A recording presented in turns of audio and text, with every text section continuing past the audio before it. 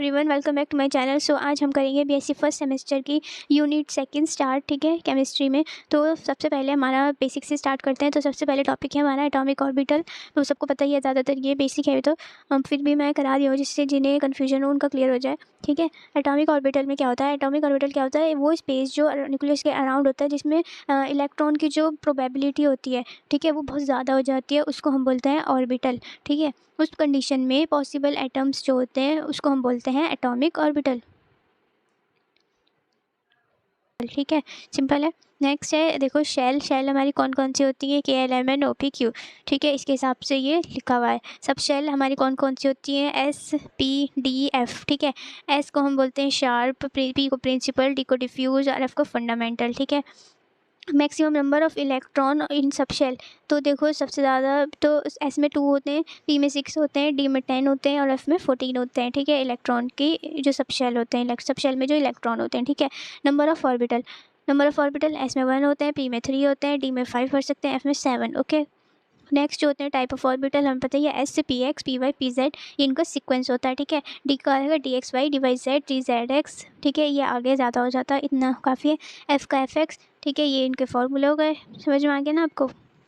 Next है हमारा node और नोडल प्लेन। नोड और नोडल प्लेन क्या होता है? ठीक है, अ पॉइंट और एन एरिया, कोई भी पॉइंट या फिर कोई भी एरिया जहाँ पे probability of finding of electron जो होती है वो बिल्कुल क्या हो जाती है? ज़ीरो हो जाती है, ठीक है, कोई भी इलेक्ट्रॉन फाइंड नहीं हो पाता, ठीक है, which has no any probability of finding electron, ठीक है, उसको हम बोलते हैं नोड्स या फिर नोडल सरफेस, जहाँ पे इलेक्ट्रॉन की प्रोबेबिलिटी ज़ीरो हो जाती है, ठीक है ना, समझ में आ गया। नोड्स और nodal surface are of 2 types, ये जो होते हैं 2 टाइप के होते हैं, ठीक है। एक होता है एंगुलर नोड और एक होता है रेडियल नोड, ठीक है। तो हम पढ़ते हैं एंगुलर नोड कौन सा होता है? एंगुलर नोड जो होता है वो बेस्ड होता है किस पे? एजीमुथल क्वांटम नंबर पे, L पे, ठीक है। और जो रेडियल नोड होता है वो बेस्ड होता है प्रिंसिपल क्वांटम नंबर पे, ठीक है, समझ में आ गया, जो कि डिनोट करते हैं हम n-l-1 से। तो टोटल नंबर ऑफ नोड हमारे पास कितना आ गया निकल के? n-1, ठीक है।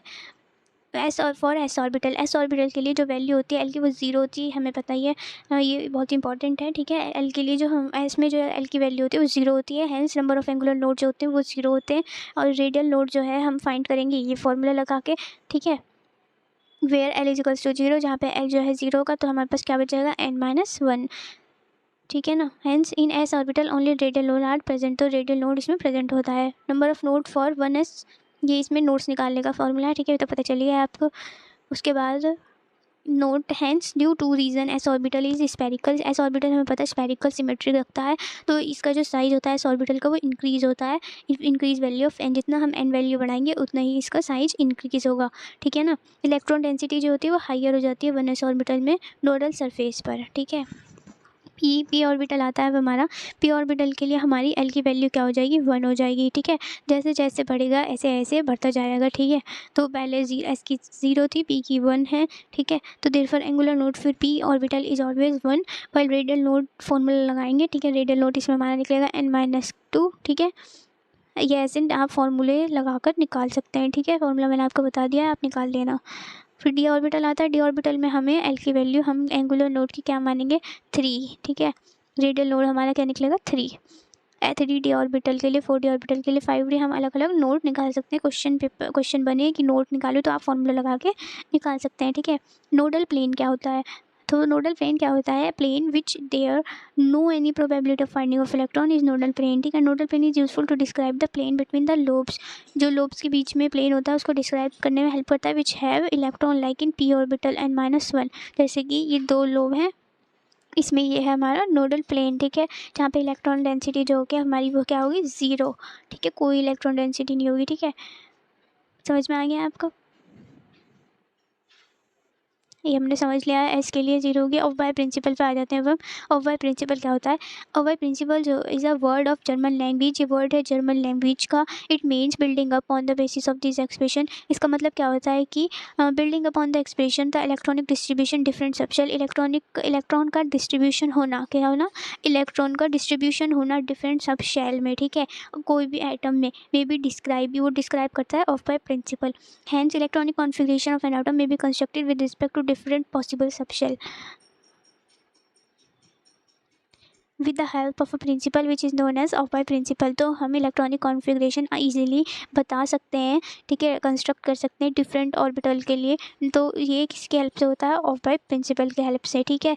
इलेक्ट्रॉनिक कॉन्फ़िगरेशन हम ऑफ बाय प्रिंसिपल की वजह से इजीली कर सकते हैं, ठीक है। According to this principle electron enter in various possible sub shell of different shell according to increase order of energies. इस प्रिंसिपल के अकॉर्डिंग इलेक्ट्रॉन एंटर करते हैं वेरियस सब शेल में, ठीक है, पॉसिबल सब शेल में, और डिफरेंट शेल में इंक्रीज करते हैं अपना size order of this energies, अपनी एनर्जीज के ऑर्डर पर, ठीक है।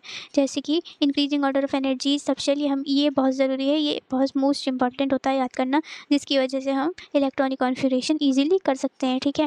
पहला आता है हमारा 1s, फिर आता है 2s, फिर आता है 2p, ठीक है। पहला आता है 1s, फिर आता है 2s, फिर आता है 2p, फिर आता है 3s, 3p, 3d, फिर 4s, 4p, 4d, 4f। तो ऐसे ही हम इस सीक्वेंस से ये याद कर सकते हैं और इलेक्ट्रॉनिक कॉन्फ़िगरेशन ईजिली कर सकते हैं। जैसे कि इन Cl, तो इसका क्या होगा? Atomic number 17। तो हमें 17 फिल करना है इलेक्ट्रॉनिक कॉन्फ़िगरेशन में, ठीक है। तो हमें क्या चाहिए? तो इलेक्ट्रॉनिक कॉन्फ़िगरेशन करते हैं 1s2, 2s2, 2p6, 3s2, 3p5, ये हमारे पूरे 17 हो गए इनमें इलेक्ट्रॉन, ठीक है। फिर काउंट कर लेना आप। तो हमारा ये टॉपिक कंप्लीट होता है, ठीक है। इजीली आपको समझ में आ गया हो, कोई भी डाउट हो कमेंट में पूछ लेना, ओके। सो फर्स्ट यूनिट हमने करा दी है, तो प्रीवियस लेक्चर आप देख सकते हैं जिन्होंने नहीं देखे हैं, और आगे भी अपडेट करते रहेंगे, ठीक है। नेक्स्ट हम टॉपिक करेंगे VBT, फिर हाइब्रिडाइजेशन, ठीक है। सो मोस्ट इंपॉर्टेंट टॉपिक है वो, तो प्लीज़ आप देख लेना, okay. Subscribe for more update, okay, bye.